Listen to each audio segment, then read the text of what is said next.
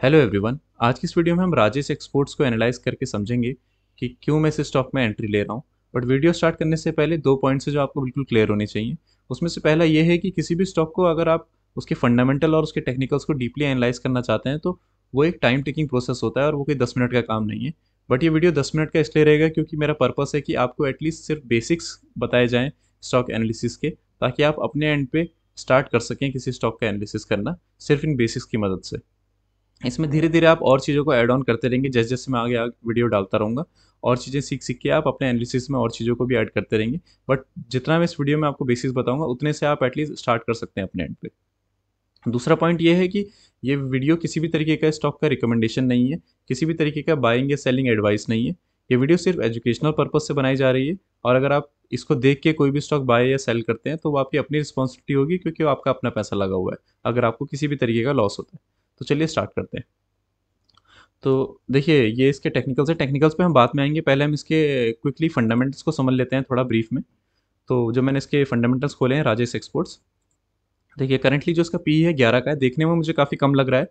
PE मैंने आपको बता दिया था, प्राइस टू अर्निंग रेशियो, इसको आप सिंपली ऐसा समझ सकते हैं कि अभी ये जितना ये प्रॉफ़िट कमा रहा है, अगर इतना ही ये स्टॉक कमाता रहा, ये कंपनी इतना ही प्रॉफ़िट कमाती रही तो 11.3 ईयर्स इसको लग जाएँगे। और ओवरऑल मार्केट के टर्म्स में 11 का पीई बहुत एक अच्छा पीई माना जाता है। लेकिन फिर भी हम इसको अच्छा ना समझते हुए हम देखेंगे इसका एवरेज पीई कितना रहा है। ये मीडियन पीई इसका देखिए, यहाँ पे आ रहा है 16.3 का, ये मैंने यहाँ से निकाला है। 16.3 का इसका मीडियन पीई आ रहा है और जो लो लीस्ट उसका पीई इस 2018 से लेकर अभी तक गया है वो अराउंड 10.9 के आसपास गया है। इसका मतलब पीई के हिसाब से तो काफ़ी अच्छी वैल्यूएशन पे स्टॉक अवेलेबल है।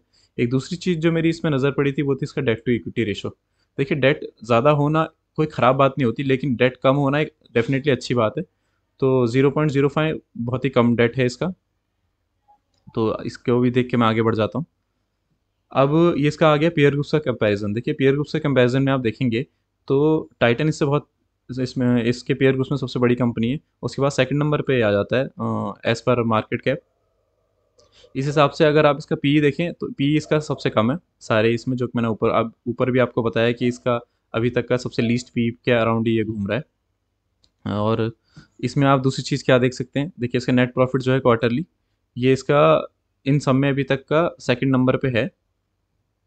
और स्टॉक का जो अपना मार्केट कैप है वो भी सेकंड नंबर पे है। बट अगर आप इसमें डिफरेंस देखेंगे मार्केट कैप में, तो मार्केट कैप में डिफरेंस बहुत ज़्यादा का है, लेकिन नेट प्रॉफिट में इतना डिफरेंस नहीं है। ये करीब इसका सिर्फ 50% है।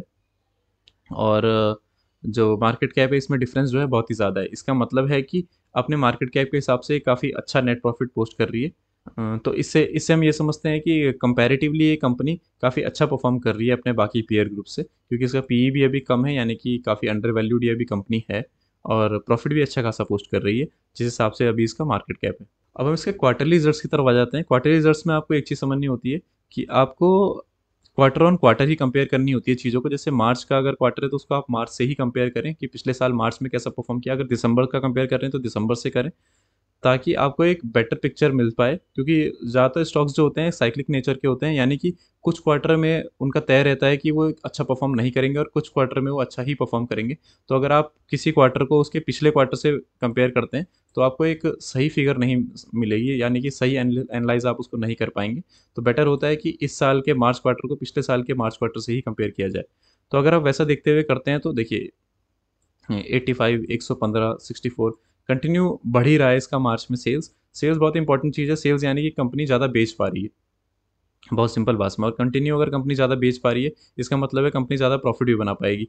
तो अगर आप प्रॉफिट भी देखें तो पिछले मार्च में आप इनका नेट प्रॉफिट 139 था, अभी 366 है। अगला हम प्रॉफिट एंड लॉस में आ जाते हैं। प्रॉफिट एंड लॉस में देखिए बहुत ही सिंपल सी चीज़ है। आपको सेल्स सेल्स पे आप अपना प्राइमरी फोकस रखिए कि सेल्स जो है कंटिन्यू आपका बढ़ ही रही है और अभी जो है लाइफ टाइम हाई सेल्स इसकी है। यानी कि इतनी सेल्स इस कंपनी ने कभी भी पोस्ट नहीं करी है जितनी इसकी अभी है। और वही सेम है इसके प्रॉफिट के लिए। इसका प्रॉफिट भी देखिए 1400 के आसपास है। और इससे पहले कभी भी इसने अपना 1400 प्रॉफिट, चाहे वो बिफोर टैक्स या आफ्टर टैक्स की बात हो, इससे पहले इसने कभी भी इतना प्रॉफिट पोस्ट नहीं किया है। जो इसके करीब था ये करीब 1200 के आसपास इसने लास्ट पोस्ट किया था। तो प्रॉफिट भी इसका ऑल टाइम हाई पे है, सेल्स भी इसकी ऑल टाइम हाई पे है। कंपनी, इन सारी बातों से पता चलता है कि कंपनी अभी अच्छा परफॉर्म कर रही है। अब हम इसके बैलेंस शीट पे आ जाते हैं। बैलेंस शीट में देखने वाली जो चीज़ें होती हैं, पहला एक चीज़ है जो बहुत ही बेसिक सी चीज़ है, वो है रिजर्व्स। यानी कंपनी के पास रिजर्व में कितना पैसा पड़ा है। अगर आप वो देखेंगे तो मार्च 23 में कंपनी के पास रिजर्व इसके बड़े हैं, यानी कि 14,000 करोड़ इसके रिजर्व हो चुके हैं। पहले इसके 12 थे, उससे पहले 11 थे, उससे पहले 10। तो कंटिन्यू जो कंपनी के रिजर्व्स हैं वो बढ़ रहे हैं। रिजर्व्स बताता है कि कंपनी के पास स्ट्रेंथ है। अगर कल को कुछ भी मार्केट में कुछ दिक्कत होती है तो कंपनी के पास रिजर्व्स में अच्छा खासा पैसा पड़ा है और वो उस रिजर्व्स को कंटिन्यू बढ़ाने में लगा है, ताकि कंपनी काफ़ी स्ट्रेंथ के साथ मार्केट में एग्जिस्ट कर सके। कोई भी अगर डाउनफॉल आता है तो कंपनी उसको झेल सके। अगला आप बोरिंग को देखते हैं तो बोरिंग भी जो है कंटिन्यू कंपनी ने कम ही करी है। 1200, 1000, 800 और 700। देखिए पिछले लास्ट 4 सालों से जो है बोरिंग भी कंटिन्यूसली कम हो रही है। ये बताता है इंटेंशन कंपनी के कि कंपनी जो है उधारी को कम से कम रखना चाहती है। अगर देखिए कंपनी अपने काम को लेके सीरियस नहीं होगी तो उसको ज़्यादा फर्क पड़ेगा नहीं कि उधारी कितना बढ़ रही है कितनी नहीं। बट अगर कंपनी उधारी को कम से कम रखनी है, यानी कि कंपनी एक लॉन्ग लॉन्ग रन व्यू उस कंपनी का है, और कंपनी के जो भी प्रमोटर्स हैं या जो भी बोर्ड में हैं, जो भी उसको कंट्रोल कर रहे हैं, मैनेजिंग डायरेक्टर्स वगैरह हैं, उनका इंटेंशन जो कंपनी के प्रति है वो काफ़ी पॉजिटिव है। और कंपनी के डेट को वो सीरियसली ले रहे हैं। कंपनी के ऊपर जो उधार है उसको सीरियसली लिया जा रहा है, उसको धीरे धीरे कम किया जा रहा है। अब अगर आप फिक्स्ड एसेट देखेंगे तो फिक्स्ड एसेट जो है कंपनी के हैं 1400। यानी कि फिक्स्ड एसेट आपको पता ही होगा। फिक्स्ड एसेट जैसे कंपनी के पास कोई बिल्डिंग होगी, बहुत सा सामान होगा, जो भी कंपनी के पास है जो उसको डे टू डे वर्किंग में चाहिए, कोई भी सामान, वो सारे सामान बढ़ रहे हैं। यानी कि अगर फिक्स्ड एसेट बढ़ रहे हैं तो कंपनी का पोटेंशियल बढ़ रहा है ज़्यादा बेचने का पोटेंशियल बढ़ रहा है। यानी कि अगली सेल के और ज़्यादा आने के चांसेस हैं, क्योंकि कंपनी का पोटेंशियल अब ज़्यादा, अगर कंपनी मैन्युफैक्चरिंग में तो ज़्यादा मैन्युफैक्चर करने का पोटेंशियल कंपनी का ज़्यादा बढ़ रहा है। इसलिए इसका फिक्स्ड एसेट जो है बढ़ रहे हैं, और इसीलिए उसके सेल्स भी आगे बढ़ने के ज़्यादा चांसेस हैं। क्योंकि फिक्स्ड एसेट भी कंपनी तब बढ़ाती है जब कंपनी को लगे कि फिक्स्ड एसेट बढ़ाने की ज़रूरत है। कंपनी के पास ज़्यादा मात्रा में ऑर्डर्स आ रहे हैं बट कंपनी उनको फुलफिल नहीं कर पा रही है। अभी करंटली जो उनका पोटेंशियल है उस हिसाब से उसको फुलफिल नहीं कर पा रहे हैं, तो इसलिए कंपनी अपने फिक्स्ड एसेट को बढ़ाती है ताकि वो फुलफिल कर पाए अपने ऑर्डर्स को। ये बहुत बेसिक तरीके से मैं आपको बता रहा हूँ, ये भी आप ध्यान रखना। धीरे धीरे हम और वीडियोस में इसको और डीपली एनालाइज करने की कोशिश करेंगे। ये इसलिए है कि आप स्टार्ट कर सके अपने एंड पे। अगला CWIP, ये कुछ ज़्यादा फर्क नहीं है इसमें, तो इसलिए इसको नहीं देखेंगे। ठीक है। अगला कैश फ्लो जो है मैंने आपको बता दिया था, हम देखते नहीं है, ये इतना इंपॉर्टेंट नहीं होता। रेशोज इतना इंपॉर्टेंट नहीं होता। ये ऊपर जो इंपॉर्टेंट थे वो हमने ऊपर ही देख ली। अब शेयर होल्डिंग पैटर्न अगर आप देखेंगे तो शेयर होल्डिंग पैटर्न में अगर आप ईयरली जाएंगे तो प्रमोटर देखिए, ईयरली पे जाते हैं, एक क्वार्टरली खुला है। प्रमोटर की जो होल्डिंग है 2017 से अभी तक ज़रा भी कम नहीं हुआ है, उल्टा 1% के आसपास, पॉइंट समथिंग के आसपास ये बढ़ी है। FIS का देखेंगे तो थोड़ा सा इनका होल्डिंग गिरा था, लेकिन अब वापस इन्होंने पुरानी वाली होल्डिंग पे अपने आ गए हैं 17.6% पे। और यहाँ पे जो DIS हैं ये तो कंटिन्यू बाय ही कर रहे हैं इतने सालों से, तो इनकी होल्डिंग भी बढ़ चुकी है। देखिए ये क्या बताता है, जब आप प्रमोटर, FIA, DI, इनकी होल्डिंग अगर बढ़ रही होती है किसी भी स्टॉक में, जाहिर सी बात है ये वो प्लेयर्स हैं जो बड़े प्लेयर्स हैं मार्केट में। अगर ये किसी स्टॉक को बाय कर रहे हैं तो ये ज़्यादा क्वांटिटी में करते हैं, ज़्यादा हैवी उस पर बैट कर रहे होते हैं। यानी कि उस कंपनी को लेके जब बड़ी जो प्लेयर्स हैं मार्केट में वो पॉजिटिव हैं, तो जाहिर सी बात है उस कंपनी में कुछ पॉजिटिव चल रहा है। अगर ये लोग बेचना शुरू कर देते हैं तो इसको एक नेगेटिवली लिया जाता है कि ये लोग बेच क्यों रहे हैं, यानी कि इनको कंपनी में कोई दिक्कत लग रही है। क्योंकि बहुत सी ऐसी चीज़ होती है जो आपके नज़रों से हट जाएगी, लेकिन जो ये आपके बड़े इन्वेस्टर्स होते हैं इनको समझ में आती है, क्योंकि ये काफ़ी क्लोजली कंपनी को मॉनिटर करते हैं। तो शेयर होल्डिंग पैटर्न से भी हम ये समझ पा रहे हैं कि पब्लिक के शेयर्स जो हैं कंटिन्यूसली कम ही हुए हैं इतने सालों में, पर बढ़े नहीं हैं। इसका मतलब ये भी काफ़ी पॉजिटिव साइन है कंपनी को बाय करने का। अब नीचे इस कंपनी से रिलेटेड डॉक्यूमेंट्स हैं, जब आप अपने एंड पे करेंगे तो मैं आपको रिकमेंड करूंगा कि आप ये सब डॉक्यूमेंट्स एक एक बार ज़रूर इनसे गो थ्रू हो जाएं। जो जो आपको इसमें इंपॉर्टेंट लगे उसकी तरफ ज़रूर ध्यान दें और वो पढ़ें। और एक चीज़ यहाँ पे है कि कंपनी की वेबसाइट देखिए। कंपनी की वेबसाइट खोल के एक बार ज़रूर आप गो थ्रू करें और आप देखिए कि कंपनी किस बिज़नेस में क्या क्या काम करती है। अगर आप सब कुछ नहीं पढ़ पाते हैं कंपनी की वेबसाइट में, तो एक यहाँ पे की पॉइंट्स वाला सेक्शन होता है, इसमें आप पढ़ सकते हैं बिज़नेस का ओवरव्यू क्या है, प्रोफाइल क्या है, रेटिंग क्या है, सब्सिडरीज कौन कौन है, वगैरह वगैरह। ये सारी चीज़ें आप जो है ब्रीफली कंपनी के बारे में समझ सकते हैं। अगर आप ये सब चीज़ें समझते हुए चलेंगे तो आपको बेटर एनालाइज करने में हेल्प मिलेगा। तो ये था एक ब्रीफ अंडरस्टैंडिंग इसके फंडामेंटल्स की। फंडामेंटल्स देखते हुए तो लग रहा है कि कंपनी काफ़ी अच्छा परफॉर्म कर रही है, लेकिन अब हम जब तक टेक्निकल्स को नहीं देखेंगे तब तक हम किसी भी स्टॉक में एंट्री नहीं लेते हैं। तो अब हम जाएंगे टेक्निकल्स पे। तो देखिए टेक्निकल्स में जो ब्लू कलर का मार्क है, एक सेकेंड, ये जो ब्लू कलर का मार्क है यहाँ पे मैंने एंट्री ली थी, और मेरे एंट्री लेने के बाद ये स्टॉक कंटिन्यू गिर गया। ठीक है, लेकिन स्टिल मैं इसमें एंट्री लूँगा क्यों, उसके पीछे हम अब जानते हैं क्या रीजंस हैं। देखिए इतनी अच्छी कंपनी होने के बाद जो हमने अभी फंडामेंटल में समझा, फिर भी ये कंपनी जो है अपने ऑल टाइम हाई से देखिए अराउंड 46% जो है गिर रखी है। 46% गिरी हुई है इतनी अच्छी कंपनी। तो ऐसी कंपनियों के साथ क्या होता है, जब ये इतनी अच्छी कंपनियां होती हैं तो अपने ऑल टाइम हाई से जब ये इतनी ज़्यादा गिर जाएं, करीब आधी हो जाए, तो इसके बाद ये ज़्यादा टाइम गिरी नहीं रह सकती हैं। देखिए इनको इनका गिरना आम है, कोई भी अच्छी कंपनी गिर सकती है मार्केट में और कोई भी बेकार कंपनी चढ़ भी सकती है। लेकिन जो अच्छी कंपनियां वो ज़्यादा टाइम गिरी नहीं रहती है और जो बेकार कंपनियां वो ज़्यादा टाइम चढ़ी भी नहीं रहती है।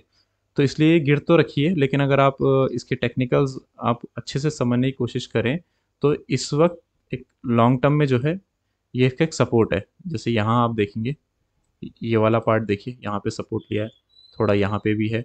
देखिए यहाँ पे एक रेजिस्टेंस बना था इस पॉइंट पे, यहाँ पे सपोर्ट है, फिर यहाँ पे दोबारा से सपोर्ट है, और अब वापस यहाँ पे ये 2 या 3 बार इस सपोर्ट पे कंपनी आ चुकी है। ठीक है, पहला तो इसका आपका ये फंडामेंटल है। दूसरा, अगर आप एक चीज़ देखेंगे तो लास्ट 2020 के करीब से, 2020 से जो ये अपना बॉटम है, जो कंपनी अपना लो बना रही है, उस लो के पास कभी पहुंच नहीं रही है और उस लो से ऊपर ही अपना नेक्स्ट लो बना रही है। पहला लो कंपनी का यहाँ बना था, ठीक है, दूसरा लो कंपनी का उससे ऊपर ही बना है, तीसरा भी उससे ऊपर बना है, चौथा भी देखिए यहीं पे है। तो ये टेक्निकल्स में ये साइन होते हैं कि कंपनी जो है लॉन्गर रन में ग्रोथ दिखा रही है। फंडामेंटल्स हमने इसके देख ही लिए हैं, अच्छे हैं, कंपनी ज़्यादा देर नीचे रह नहीं पाएगी, अभी अपने सपोर्ट पे भी आ ही चुकी है। ये सारी ही चीज़ें हैं जो कंपनी के प्रति मेरे सेंटिमेंट्स को पॉजिटिव कर रहा है। तो ये कुछ बेसिक्स है कंपनी के फंडामेंटल्स और टेक्निकल्स को एनालाइज करने के। अगर आप टेक्निकल्स में देखेंगे तो कंपनी अभी काफ़ी अच्छे सपोर्ट पे अवेलेबल है, फंडामेंटल्स काफ़ी अच्छे हैं कंपनी के, पीई काफ़ी अच्छा है कंपनी का, यानी काफ़ी अंडर वैल्यूड कंपनी है। यहाँ से कुछ भी नहीं तो अपने ऑल टाइम हाई पे कंपनी का जाना लगभग तय सा है। लेकिन मार्केट देखिए अनसर्टेन होता है, तो आप कुछ भी चीज़ श्योरिटी के साथ नहीं कह सकते। लेकिन जैसा अभी अभी के हालात में जैसे कंपनी के फंडामेंटल है, अगर कंपनी के फंडामेंटल ऐसे ही रहते हैं और इसके टेक्निकल ऐसे ही रहते हैं या और ग्रो करते हैं, तो जाहिर सी बात है कंपनी वापस अपना ऑल टाइम हाई टच करेगी, जिसमें करीब 83 या 90% के आसपास का इसका गेन है। ठीक है, तो करीब 90% के आसपास का इसका गेन है। और अगर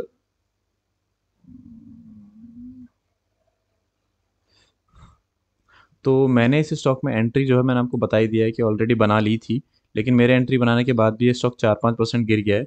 और अभी मैं करंटली इस स्टॉक में मंडे को दोबारा एंट्री बनाने वाला हूँ। मेरा टारगेट, लॉन्ग टर्म का टारगेट तो वही रहेगा ऑल टाइम हाई का 90% पे, यानी कि करीब डबल करने का। अब कब तक ये कंपनी डबल हो सकती है? देखिए मेरे आइडिया में अगर इसको ज़्यादा टाइम लग गया तो करीब 2 साल लग जाएंगे, लेकिन अगर ये जल्दी हो गया तो इसी साल में ये कभी भी आपको कंपनी 500 से 1000 रुपये के प्राइस पे आपको दिख जाएगी। तो मैं फ़िलहाल इसको कंपनी को दोबारा से बाय करूँगा। मैंने पहली एंट्री अपनी पहली बारी में ले ली थी, अब मैं दूसरी एंट्री यहाँ पे लूँगा। और मैं आपको टाइम टू टाइम बताता भी रहूँगा कि अगर मैं इसमें कभी एग्ज़िट लेने वाला हुआ तो मैं कब इसमें एग्ज़िट लूँगा।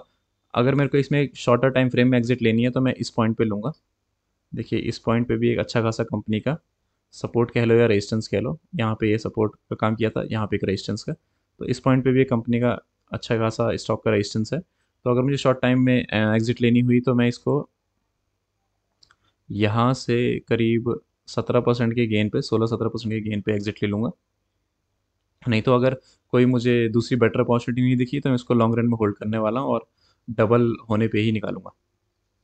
तो देखिए वो तो मैंने आपको पहले भी एक्सप्लेन किया है कि एंट्री जो है हमें फिक्स करनी होती है, एग्जिट हमारी फिक्स नहीं होती है, according to market scenarios change भी हो सकती है। तो वो हम वैसे वैसे देखते हैं आगे कि क्या इसका स्टॉक का परफॉर्मेंस रहता है।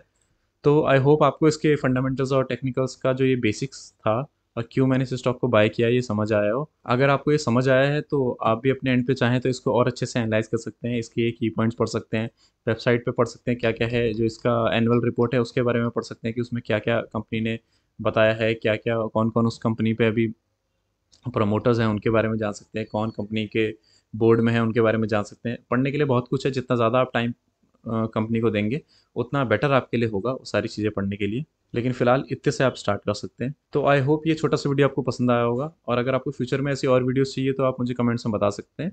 कोई और अच्छा स्टॉक अगर मुझे दिखाई देगा तो मैं उसका भी ऐसे ही आपको एनालाइज करके नेक्स्ट टाइम 1-2 पॉइंट्स और ऐड करके आपको समझाऊंगा।